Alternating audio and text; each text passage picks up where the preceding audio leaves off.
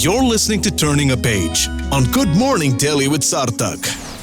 Turning a page, ladies and gentlemen. This is where we try and see if we can make you fall in love with the fragrance of a new book, make you, seduce you with the ideas that are so beautifully nestled in between. And the idea is absolutely fantastic, actually.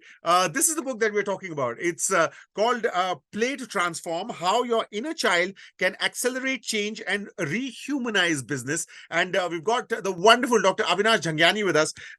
Dr. Avinash, of course, a veteran of the corporate scene, and now, of course, literally regressing into his inner child and making him pay in the nicest way possible. So, thank you very much for joining us, sir. Pleasure, Sarthak. I'm super excited to be here. So let's begin.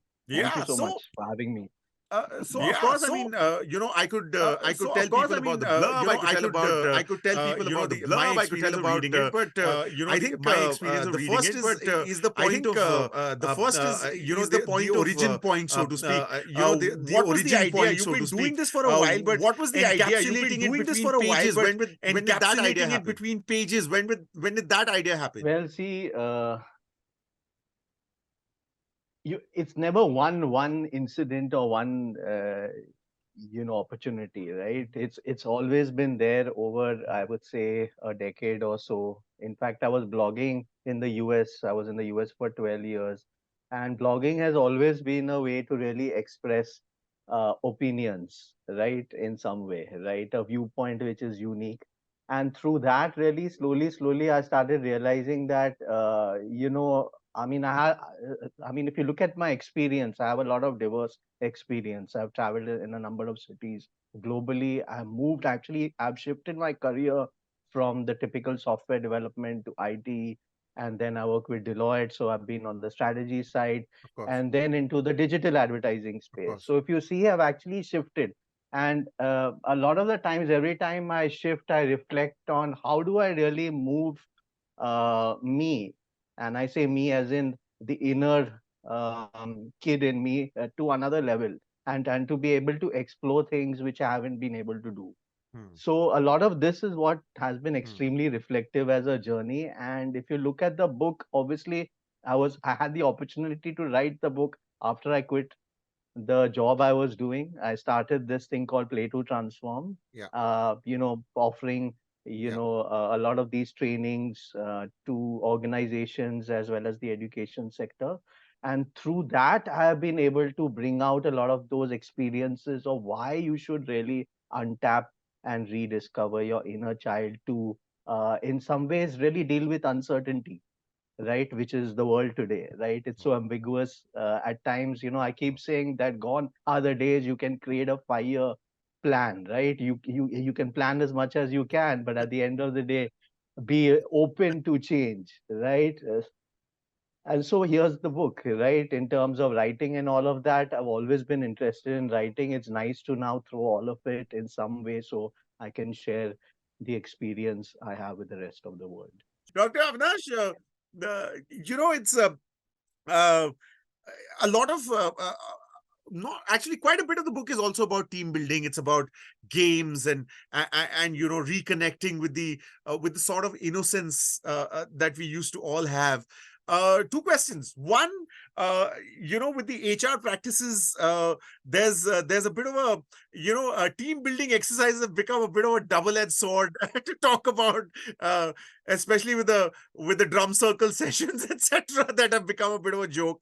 And two, innocence is also being used as a bit of a pejorative nowadays. So you've used that both of these as very effective tools, is what you're saying in the book, if I've read it right. So what are your views about these? My views about this is that, see, at the end of the day, we all have to admit that we have a kid inside us, right? Which, I mean, as you know, any young kid is a creative genius. Innately, everyone is born with that ability to innately empathize with each other, drop, everything you're doing and start, if you have friends, you start collaborating, and then look at ways to really create anything new. So we are creators, if you will. But here's, if you ask me, I don't want to say the education system alone. It's also the ecosystem we are in, has not given us an opportunity to keep that inner child alive. And which is what I try and do. I try and remind people, be it at an organization level or even in the education sector, that you need to rediscover that child, because that child is aware and is able to innately empathize in any way you want, right? And I'll give you an example. I have some bricks here because I always keep some tools, with me, right? So if you look at this little brick over here and all these toolkits I have with me, whether it's Play-Doh, I keep them handy because as soon as I hear anything absurd, especially from HR leaders or anybody who's up there in the organization, I start playing with them with the toolkit, because I want them to really drop their guard and stop being professional all the time. Hmm. Right? It's important we be ourselves, and I feel amongst the reasons out there why you're seeing a very high employee attrition, especially in the Gen Zs today, is because they are not being allowed to express who they are, like as an individual.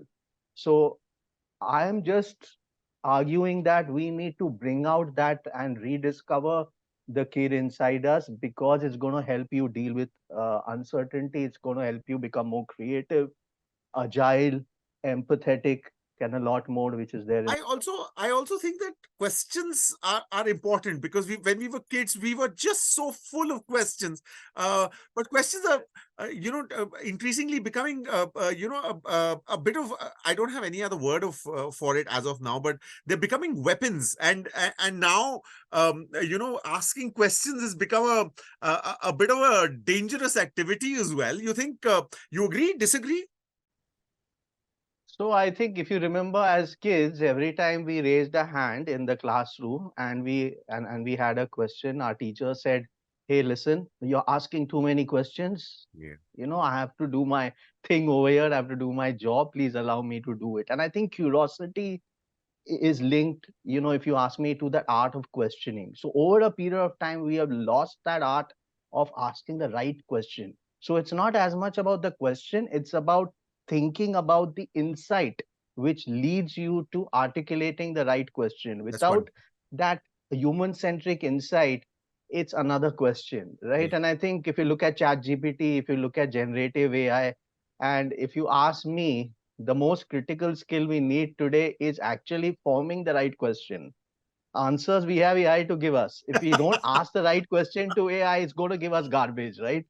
So it's important we actually think about it a little bit deeper, as opposed to, and I think it's beautiful because it is actually helping us go back to who we are as kids, as experimenters, as curious people, right? And I think we need that today to deal with this uncertain This environment. world that we're living in. Yes. And Yeah, yeah. there's work that you do, and there's very focused work that you do with organizations, and then there is the process of writing a book where you actually literally have to compile everything. So what was your process like, Dr. Avinash? So as I was saying earlier, I've been a writer. Right. It's only that over a period of time, I've had the opportunity to distribute the work that I've been sharing and writing over a period of time. But more recently, I would say in the past 2 years, I did my doctorate. So as you know, in the doctorate, in the entire journey of becoming, an expert in a specific field like play, design thinking, innovation, empathy, and all of that, you have to be able to dig out 100 years of research of research scholars out there. So do a lot of reading and writing also to understand what are the gaps which researchers and the world out there haven't been able to address. So, I mean, as a result of that, I think, I've enjoyed the entire journey. And at the end of it, it just struck me that, listen, if I'm going to take this to the real world, I have to be able to transform, again, playfully transform this into a book that is a trade book, which everybody will enjoy, right? As well, as opposed to a research article or a research kind of thesis paper. So which is why I transformed this into this. And if you look at the way, I've written it, it's very much, anyone, irrespective of who you are across levels, right? Across, if you're a young leader or a senior leader, I really believe, in this day and age, we have to lead ourselves first. Hmm. And that starts with self-awareness and that emotional intelligence about who we are, right? Who am I? Help me understand the skills and the strengths I have and the reason why I'm here, right? So a Also, lot of the, I yeah, have the fascinating bit is that you're actually writing about team building. You're writing about community aspects of it. But writing a book is traditionally considered a very solitary and lonely pursuit. So, was that something yeah, also that's a part of your process? yes, absolutely. Which is what I was alluding to, that this journey has helped me reflect on who I am, right? Along the way. Now, a lot of the stories and a lot of the case studies you will see in the book, uh, always begin with the individual and then go into the team and then the organization, right? But you can't talk about team co-creation without addressing the individual capacities, Yeah. right? Sure. In terms of, say, empathy building, of awareness, and etc., right? Because a team is equal to all the Yeah. Yeah. See, individuals in that group, a team right? is usually a sum total of individuals anyway, right? So Absolutely, yeah, yeah, absolutely. absolutely. A book is a long format pursuit, but we are living in the world of social media. We're being told about diminished attention spans, etc. So was there a little bit of second guessing about how you want to write that book, treading these two boats, so to speak? Yes, of course. It's play to transform, and it's always been an attempt to share the experience of how you're going to play to transform with the world, right? So it started off with the workshops, right? And then I moved into the education where I was, actually sharing a lot of these concepts. So I also work with the Indian School of Business, ISB, and then also NMIMS, and then I am Lucknow to help leaders, senior people understand why is it important to do this, right? Now, to answer your question, so if you ask me, it's been a very difficult process articulating an experience in words alone, Hmm. right? Experience means you should be able to activate everything, right? The way, how it smells and all of that, right? It's just not a visionary, a visual experience. So yes, if you ask me, it's been a challenge, but at the end of the day, I don't see the book as, I would say it is like the hub, and the spokes would be videos, it would be articles, it would be, playful tools which we've developed to be able to share with the world in order to address a lot of these change accelerators, is what I call it in the book, Sure. to help you thrive in uncertainty. Yeah. Also, considering we've spoken about social media, finally, uh, 3 points that you'd like people to remember when they're taking their first tentative steps into the world of compiling their ideas into a book. Compiling ideas into a book. I would say start with visualizing the experience of the book first, in terms of ask yourself the why, as in why are you doing it and how is it going to help others. But more importantly, as I said, if you can visualize the why in your head, because everybody has their own interpretation in written, but if you're able to visualize as an author, I think it's really important to build a story out of it and then be able to doodle the hell out of it, right? Just doodle and draw as much as you can over a period of time, because the story must emerge, as opposed to you trying to reinforce your thoughts in some way only because you have research or some experience. I think it's important to bring everything together and allow it to literally grow as a plant, if you will, right? You have a seed of a thought, which is, say, for example, play to transform. It's got to grow on its own, so the water, the air, the right amount of light, and all of that would be analogous to your experiences, your research, and just being a listener to things which are happening out there in today's world, right? I think this book would have looked very different if it was 3 years ago. It was Hmm. written 3 years Hmm. ago. Hmm. The book has taken another turn thanks to the pandemic, and the Sure. relevance. of play to transform is right up on the face right now, because Sure. everybody is looking at ways to deal with uncertainty. So how do I really hibernate? I say hibernate my mind, Hmm. because the problem is in our mind. How do I stop thinking with our mind and start thinking with your hands? Hmm. Which is what I speak about in the book.